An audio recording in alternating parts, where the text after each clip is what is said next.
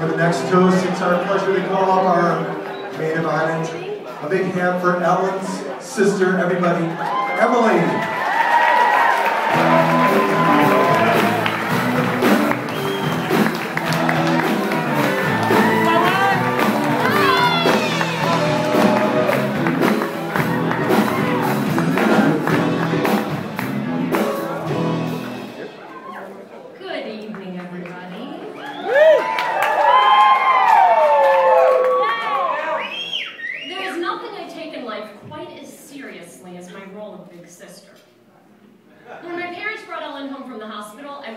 She belonged to me, but she was mine. I carried her diaper bag without ironing, and on her second birthday, this is a true story, on her second birthday, I remember sitting her down on the edge of the bathtub and saying, "Now that you are grown, together we will take on the world." And so began our great adventure. What you need to understand, though, is that Ellen and I share everything. Not because we were told to, but because I figured out early on that things are just better when Ellen's involved. Where some sisters share a room, Ellen and I share beds.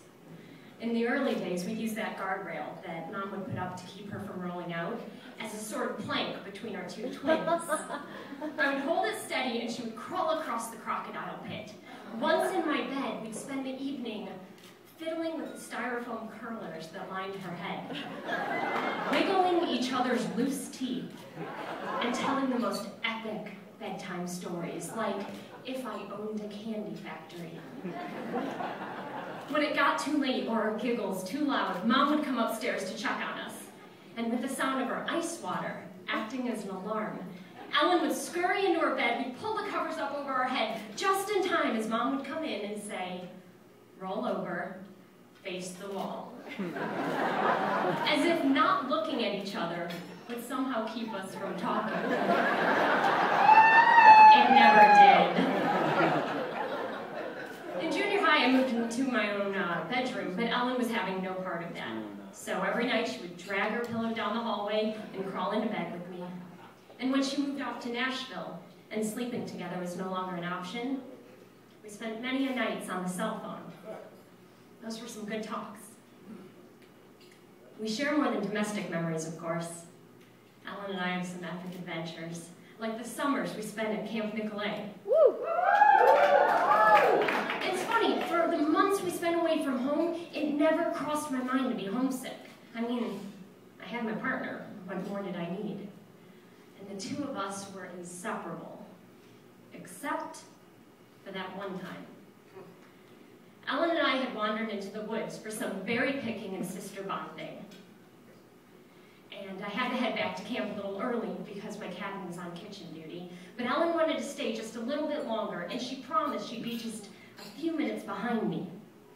Well, when the lunch bell rang and Elle was nowhere to be seen, I panicked.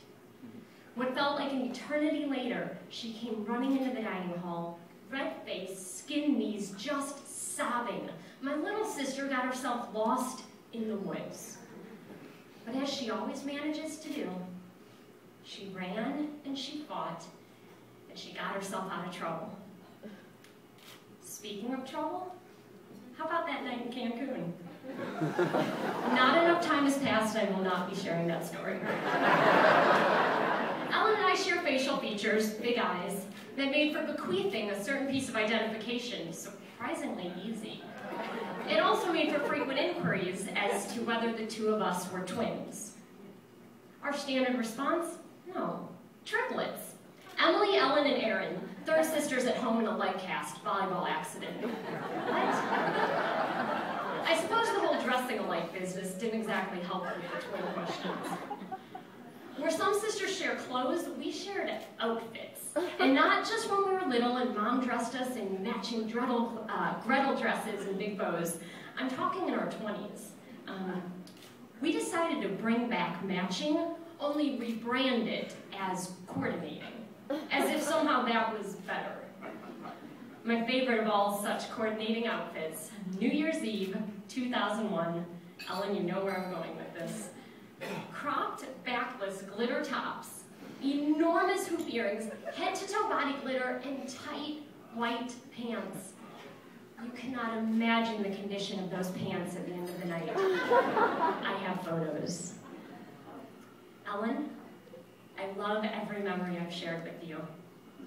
How we wore out the tapes of Little Spies, Lost in London, David Copperfield, and Biodome. How we trained for the marathon side by side, and even though you schooled me in the race, yours was the face I was looking for at the finish line. How your great talents include kindest human alive, funniest girl in the room, and Wheel of Fortune whiz kid. How we know what it means when one of us says, I'll be your best friend, and how when I needed you this year, I came home from work to find you sitting on my couch. I shared my life with my sister, and then I met Simon and I fell in love. And more than anything, I wanted to share that feeling with her. Elle, I wanted you to find a man who not only loved you, but liked you. I wanted you to know the comfort of someone you could count on and lean on. I wanted to see you laugh, cared for, celebrated, adored. More than anything, I just wanted to see you happy. I look at you and Dan tonight, and as a big sister, I feel so proud and so grateful. Because I see you found where you belong. You found love. Dan, I couldn't ask for a better new brother. Between your bromance with Simon, to your infectious laugh, to the way you insist on bear hugging me every time I come over, I think you're awesome. At the toast at our wedding, Ellen told me that she would forever remain my sister, but now Simon was my partner. And tonight I'd like to say that back to you, Elle, with one caveat. Dan is your partner, but Simon and I, along with every person in this room, we are your team.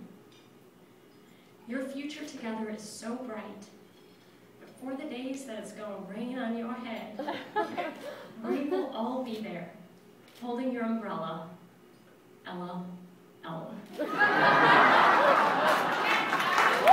The adventures we've shared have been the grandest of my life, but little sister, new brother, hold on to your hats, because they are nothing compared to the joys, babies, new homes, carpools, holiday dinners, pot roasts, Little League games, and life that we have to look forward to.